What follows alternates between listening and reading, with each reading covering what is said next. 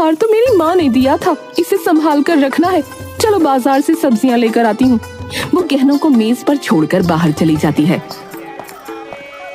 तभी पुट्ठा वहाँ आता है। अरे ये दरवाजा तो हमारे घर के ही जैसा लग रहा है।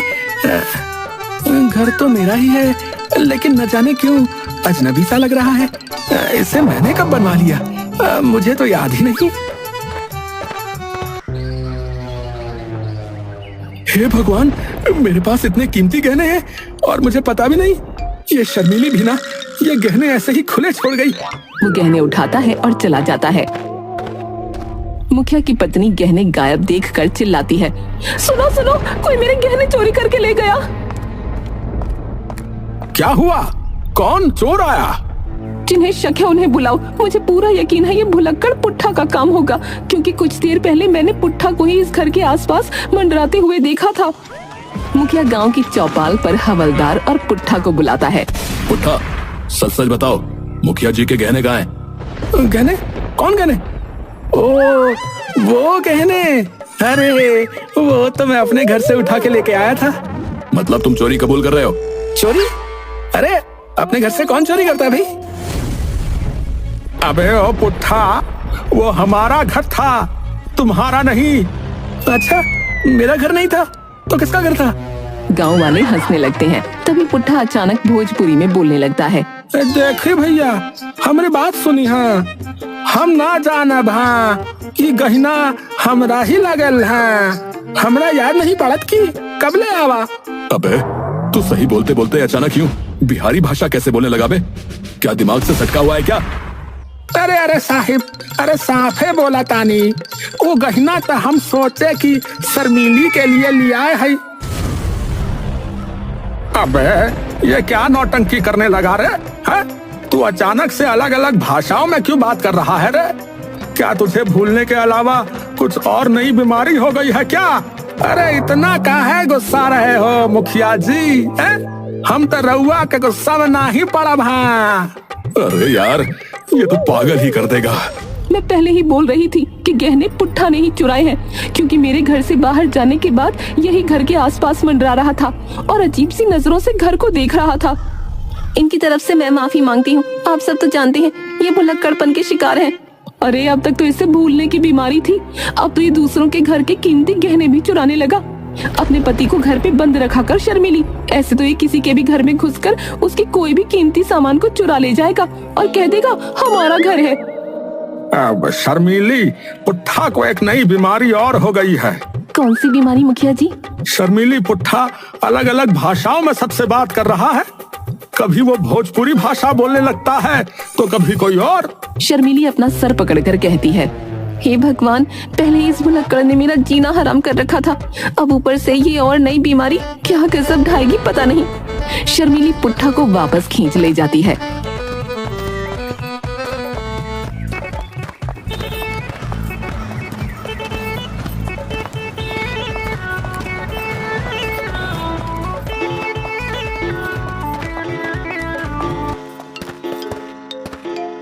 पुट्ठा अपने घर पर सर झुकाए बैठा है और शर्मिली गुस्से से उसे देख रही है। तौबा है, गांव भर में हमारा नाम डुबो दिया। पता नहीं किस घड़ी तुम्हारे साथ शादी करी, मेरी किस्मत ही फूट गई। पुट्ठा उलझन में उसकी बातें सुनता है और अचानक भूल जाता है कि शर्मिली कौन है। वो उसे घूरता है और अचानक से अंग्रेजी बोलने लगता है। Hey, who are you? What are you doing in my house? वो उठकर शर्मिली के गाल पर थप्पड़ जड़ देता है। अरे थप्पड़ क्यों मारा? और ये कौन सी बकवास कर रहे हो? ये who are you क्या है? पुट्ठा इंग्लिश में ही बड़बड़ाना शुरू कर देता है। शर्मिली घबराई हुई गांव के पढ़े लिखे व्यक्ति सत्तू के घर दौड़ती है। सत्तू किताब पढ़ रहा होता है।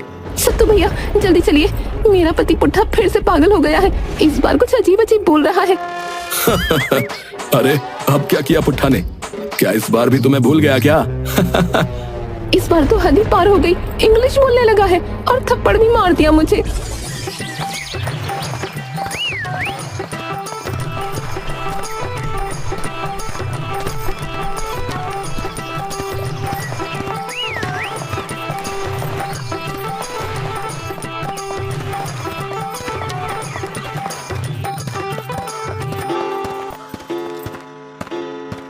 सत्तू और शर्मीली घर में आते हैं।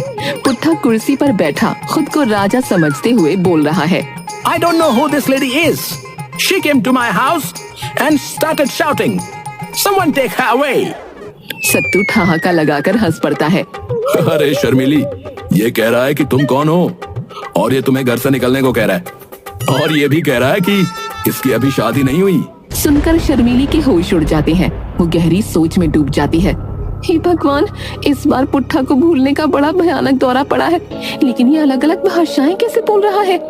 पुट्ठा फिर से इंग्लिश में बोलता है, Why are you all staring at me? Get out of my house. सत्तू और शर्मीली एक दूसरे को देखते हैं। सत्तू मुस्कुराते हुए कहता है, शर्मिली, तुम्हारे पुट्ठा का तो नया अवतार हो गया है। अब इस बार इंग्लिश वाला राजा समझ लो इसे। शर्मीली सिर पकड़कर बैठ जाती है और पुट्ठा राजा की तरह चाय मंगवाने का आदेश देता है।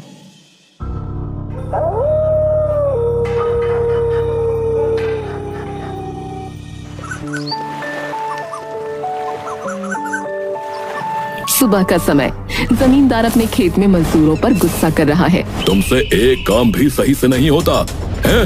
ये फसल बर्बाद हो जाएगी भाई। मैं तुम्हारी मजदूरी काट लूंगा, समझे? तभी पुट्ठा वहां पहुंचता है और पूरी गंभीरता से जमींदार को घूरता है। अचानक वो जोर से जमींदार के गाल पर थप्पड़ मारता है। तुम बहुत बदतमीज हो मिस्टर जमींदार। ये मजदूर आदमी तुमको ऐसे डांट नहीं सकता। जमींदार चौंक कर पीछे हटता है। पुट्ठा, तुम मुझे थप्पड़ मार रहे हो? शट अप, मैं अंग्रेजी अफसर हूँ। मुझसे इस तरह से बात नहीं करो। तुम अब जेल जाएगा। साहब, मुझसे गलती हो गई। प्लीज मुझे जेल मत भेजिए।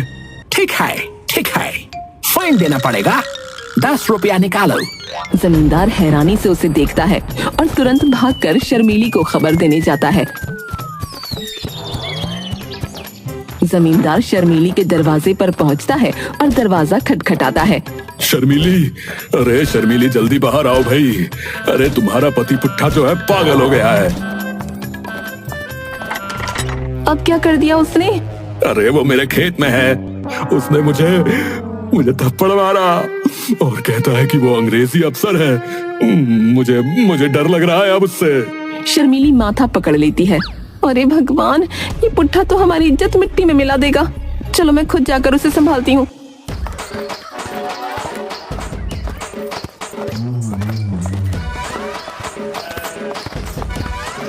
शर्मीली खेत में पहुंचती है। तुम फसल ऐसे काटेगा, नहीं तो मैं तुमको जेल भेज देगा। शर्मीली गुस्से में उसके पास पहुंचती है। पुट्ठा, ये नौटंकी बंद करो और घर चलो।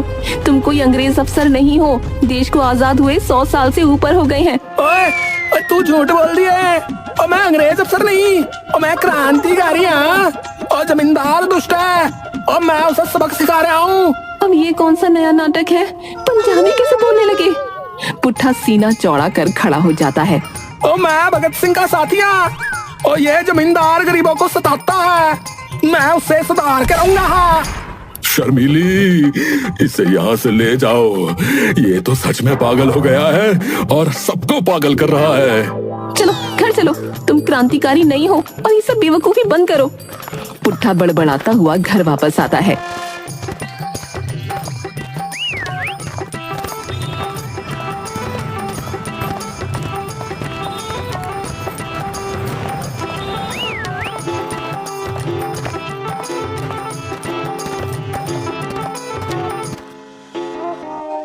शर्मीली उसे किसी तरह से नींद की दवा देती है।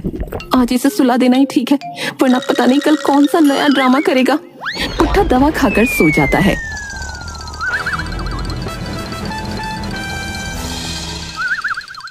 मुखिया के घर का आंगन। जमींदार और मुखिया आपस में बैठकर पुट्ठा की अजीब हरकतों पर चर्चा कर रहे हैं। तभी शर्मीली आती है।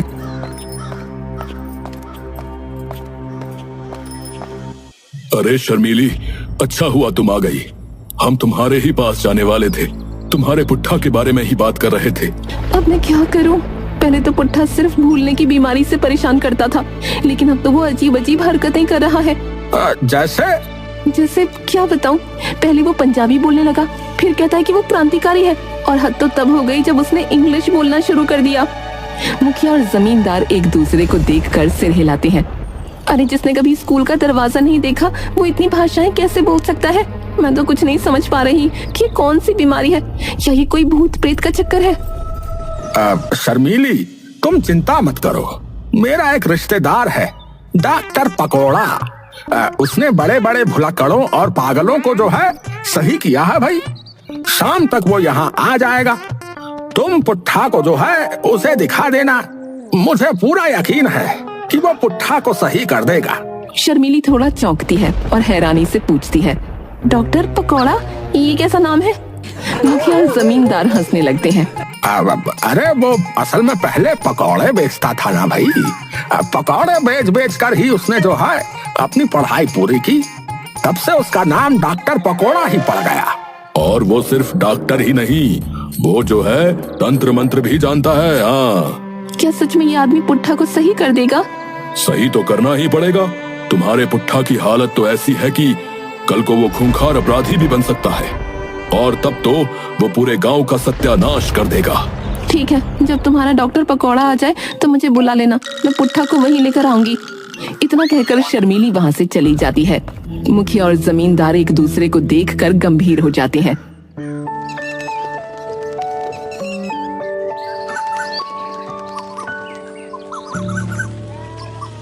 मुखिया का घर, सुबह का समय।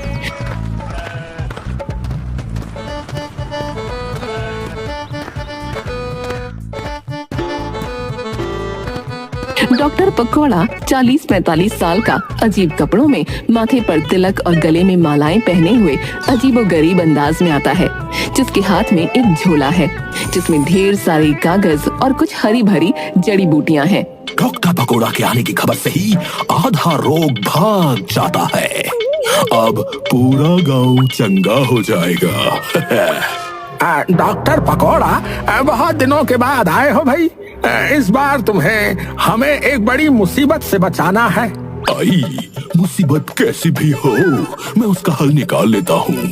अब बताओ मामला क्या है भाई? मुखिया जल्दी से शर्मीली के घर जाकर उसे खबर कर देता है। शर्मीली पुट्ठा को बहला फुसलाकर डॉक्टर पकौड़ा के पास ले आती है।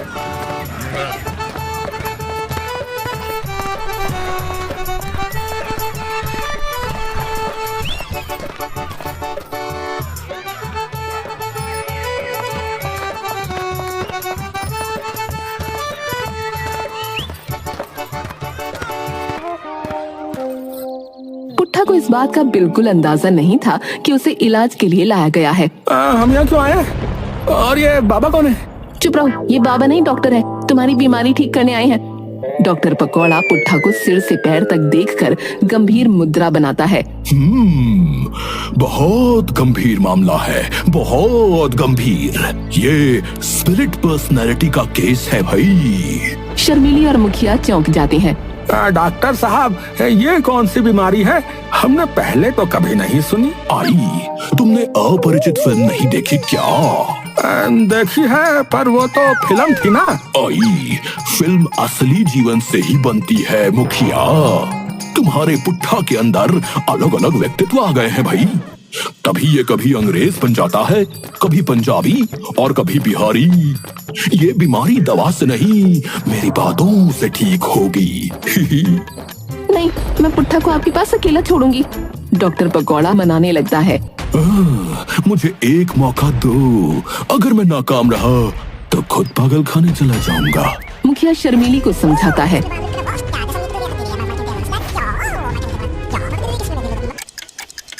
कुछ देर बाद डॉक्टर बात शुरू करता है। तो पुट्ठा जी बताओ, आजकल किसके रोल में हो? पुट्ठा धीरे धीरे सिर उठाता है और अचानक अंग्रेजी लहजे में टूटी फूटी हिंदी बोलने लगता है। मैं जनरल डायर हूँ। तुम कौन हो?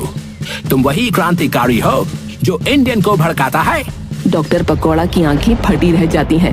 जनरल डायर, ये तो बड़ी गड़बड़ है भैया। शट अप, मैं सब जानता हूँ।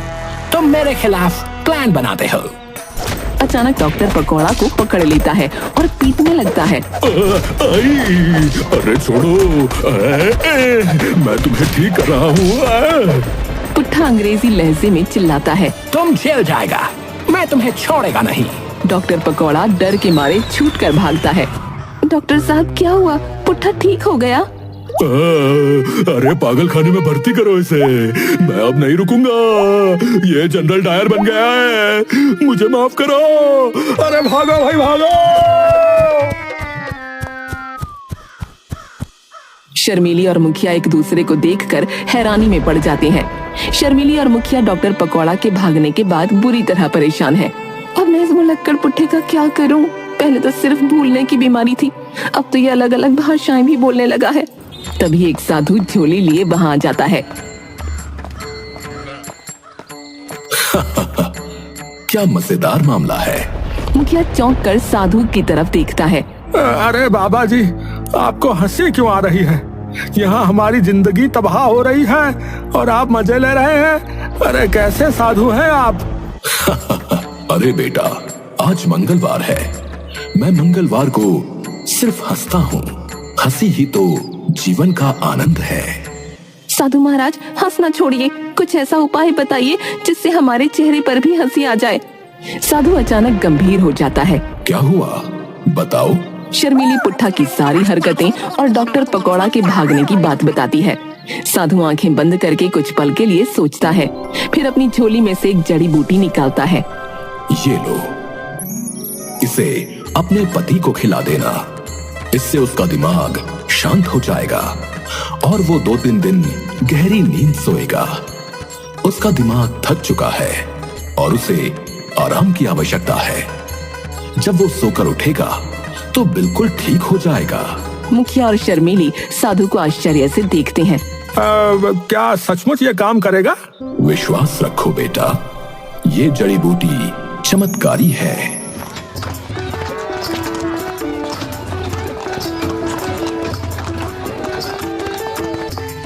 शर्मीली और मुखिया एक दूसरे को देखते हैं।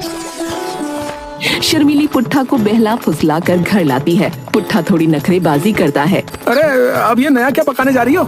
मुझे तो शक जैसा हो रहा है। तुम चुपचाप ही दवा खा लो, ये तुम्हें ताकत देगी। पुट्ठा जड़ी बूटी खा लेता है। कुछ देर में उसकी आंखें भारी होने लगती हैं। अरे अरे अरे ये क्या हो रहा है? मुझे तो नींद से आ रही है।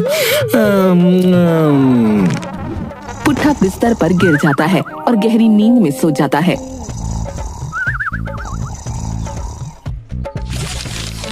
तीन दिन बाद पुट्ठा नींद से जागता है। वह धीरे धीरे उठता है। उसका चेहरा सामान्य दिख रहा है। शर्मीली पुट्ठा के पास बैठी है। पुट्ठा, कैसा महसूस हो रहा है? पुट्ठा अपनी आंखें मलता है और इधर उधर देखता है। अरे ये मैं कहाँ हूँ और ये सब क्या हो रहा था? मुझे कुछ याद नहीं आ रहा। शर्मीली खुश हो जाती है और जोर से हंसने लगती है। पुट्ठा, तुम ठीक हो गए, अब तुम्हें भुलक्कड़पन की बीमारी नहीं है। पुट्ठा उसे हैरानी से देखता है। भुलक्कड़ी? मैं भूल जाता था। शर्मीली उसे गले लगाती है। पुट्ठा की हरकतें तो बंद हो गईं, लेकिन आगे पुट्ठा के कारनामे तो इसी तरह बने रहेंगे।